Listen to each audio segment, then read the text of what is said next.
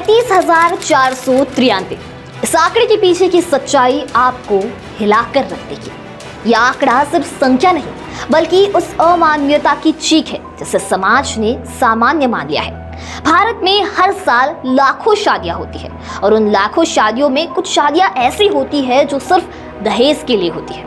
उसी का नतीजा है कि साल 2017 से 2021 के बीच देश भर में 35,493 महिलाओं की मौत दहेज हत्या के कारण हुई, जो प्रतिदिन लगभग 20 मौतों के बराबर है। भारत में दहेज प्रथा और नशे की लत दो गंभीर सामाजिक बुराइयां बनी हुई है, जो न केवल महिलाओं के जीवन को खतरे में डालती है बल्कि समाज को भी कमजोर करती है। दहेज की लालच में बीते दिनों महाराष्ट्र में एक ऐसी आत्महत्या या यूं कहे कि हत्या हुई जिसने पूरे देश को हिलाकर रख दिया।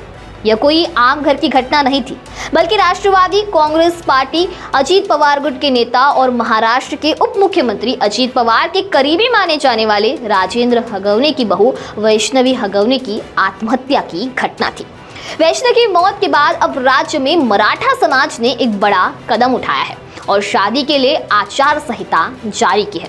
तो अब राज्य में शादियों के लिए क्या कुछ नियम होंगे, जानेंगे इस वीडियो के जरिए। नमस्कार, मैं दिशा हटवार और आप देखना शुरू कर चुके हैं नवभारत लाइव। शादी के नाम पर फैलते दिखावे, दहेज और असंवेदनशीलता के खिलाफ मराठा समाज ने एक बड़ा फैसला लिया है। चकाचौंध सजावट, शाही तोहफे और आलीशान शादी। महाराष्ट्र में बीते कुछ दिनों पहले चर्चा में आई जब इस शादी के पीछे की खौफनाक कहानी सबके सामने आई। ये शादी थी राष्ट्रवादी कांग्रेस पार्टी अजीत पवार गुट के नेता राजेंद्र हगवने के छोटे बेटे की, जिनकी छोटी बहू वैष्णवी की मौत के बाद अब राज्य में मराठा समाज ने एक बड़ा कदम उठाया है। मराठा समुदाय ने तय किया है कि शादी समारोह में धन संपत्ति का प्रदर्शन नहीं किया जाएगा, बल्कि मराठा समुदाय में सादगीपूर्ण विवाह होंगे।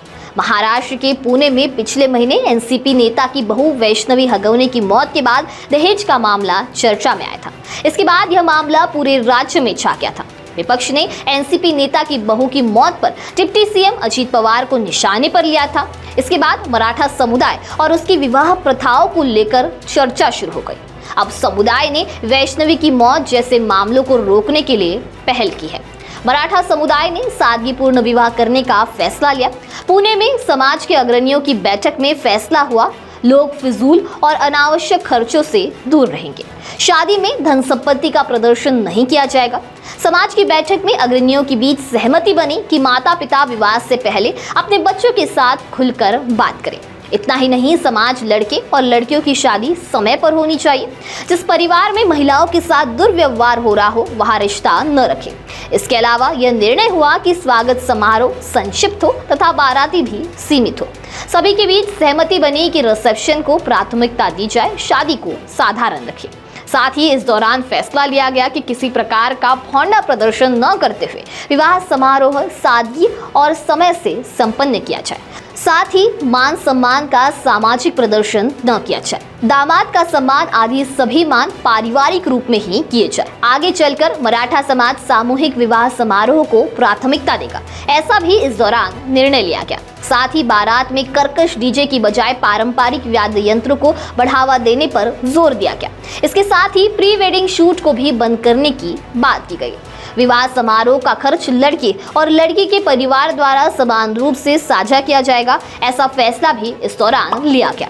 समाज ने यह भी तय किया कि जो परिवार इस दिशा में आदर्श प्रस्तुत करेगा उन्हें सार्वजनिक रूप से सम्मानित किया जाएगा और समाज में ऐसे उदाहरणों को प्रचारित किया जाएगा। बता दें कि वैष्णवी हगवने आत्महत्या का मामला सामने आने के बाद न केवल राजनीतिक तूफान बन गया बल्कि मराठा समाज के अंदर भी हलचल पैदा हुई। विपक्ष ने इस मामले पर उप मुख्यमंत्री अजीत पवार को भी कटघरे में खड़ा किया और पूरे राज्य में इस विषय पर व्यापक बहस शुरू हो गई। हालांकि अब मराठा समाज ने शादी को लेकर जो आचार संहिता जारी की है उसे लेकर आपकी क्या राय है, हमें कमेंट सेक्शन में जरूर बताइए। वीडियो पसंद आया होगा तो इसे लाइक और शेयर करना ना भूलें और ऐसे ही तमाम अपडेट से जुड़े रहने के लिए बने रहे नवभारत लाइव के साथ।